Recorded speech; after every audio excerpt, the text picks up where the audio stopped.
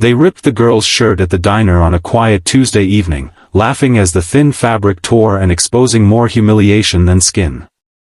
She froze, trembling, surrounded by greasy tables, neon lights, and strangers who pretended not to see. The sound of tearing cotton echoed louder than any scream she couldn't push out.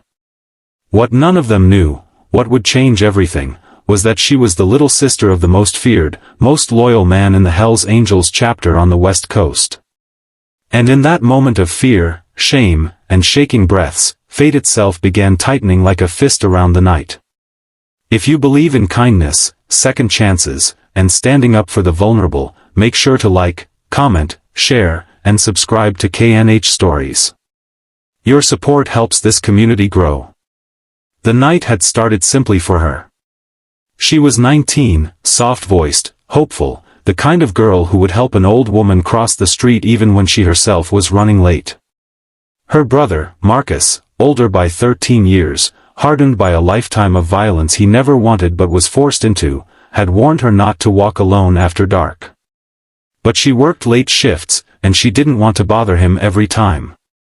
She just wanted to live like a normal young woman. So she stopped at the diner, tucked her hair behind her ears, ordered a bowl of soup, and planned to take 10 quiet minutes to rest. She didn't expect the group of men at the back booth to lock their eyes on her like she was prey. Their jeers started softly, growing louder with each minute. She tried to ignore them, tried to keep her eyes down, but the memory of her childhood, years of being protected by Marcus, made her feel guilty. She'd promised him she'd be careful. She'd promised she'd listen. Yet here she was, alone, surrounded by men who fed on intimidation. When the tallest one stood, swaggering toward her like he owned the floor, she felt her heartbeat trip into panic. She clutched her shirt, her bag, her courage. But courage wasn't enough. With one harsh yank, he tore the sleeve, then the collar. Shock hit her before the pain. The diner fell silent except for her breath shaking in her chest. The staff watched but did nothing. A couple in the corner turned their faces away. She stood there, trembling, ashamed, feeling as though the whole world had silently agreed she deserved no protection. And then, without a word, she ran. She ran as fast as her shaking legs would allow, clutching her torn clothes, fighting tears that burned through the humiliation. She didn't go home. She didn't call Marcus. She went instead to the old bridge near their childhood neighborhood, the one place where she felt she could breathe enough to let the emotions escape. She stood there under the yellow street lamp, hugging herself, whispering apologies to the night, as though her brother could somehow hear her guilt.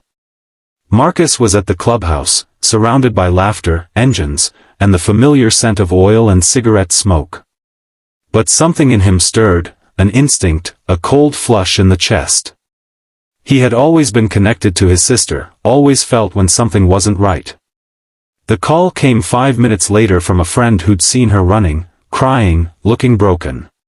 Marcus left mid-conversation, storming out without his jacket, ignoring the questions around him. The way he drove through the night roads made the street lamps blur like comets.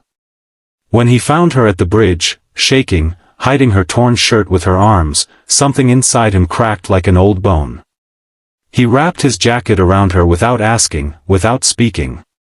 She buried her face in his chest, shaking harder now that safety was near. He didn't ask who. He didn't ask what happened. He just held her until her breath steadied. But when she finally whispered the name of the diner, he closed his eyes, and a storm gathered behind them. Marcus wasn't a saint, but he'd changed over the years. He'd left behind the worst parts of the biker world. He avoided fights, avoided trouble.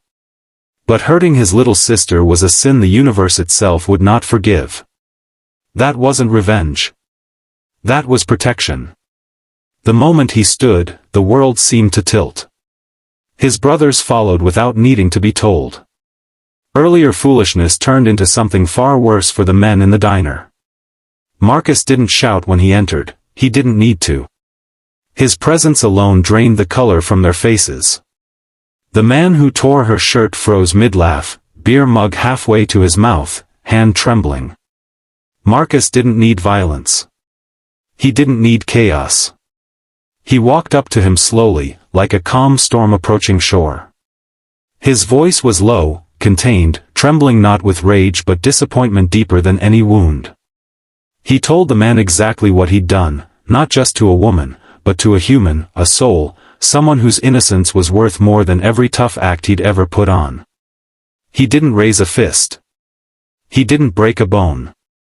But the pressure in his voice, the truth in his eyes, crushed the man's arrogance into dust. The diner owner tried to apologize, words spilling like coins too late. Marcus only offered one sentence: "Next time you see someone in danger, you don't look away." Then he turned, walked out with the same calm intensity, leaving behind a room too silent to breathe. But the night didn't end in the diner. The real battle was inside his sister. Trauma settles in quiet spaces. When Marcus brought her home, she hesitated at the doorway, afraid her brokenness would stay etched into her like a scar she could never wash away. But when she stepped inside and saw the lights he always kept warm for her, something in her heart softened. He made her tea, just the way she liked it. He sat across from her, not asking for details, just giving her the space to choose what she wanted to share. She cried, not because of the pain, but because she didn't want him to blame himself. Over the next days, she expected him to hover, to become overprotective, to return to the violent past he'd worked so hard to escape. But Marcus surprised her. He encouraged her to walk again, to live again. He told her she wasn't weak. He reminded her of the girl who had survived more than most people ever would. He believed in her healing so much that she slowly began to believe in it too. The cracks inside her didn't disappear, but they filled with strength instead of fear. She realized something powerful: protection wasn't about fighting the world, it was about teaching someone how to stand again. The men from the diner tried to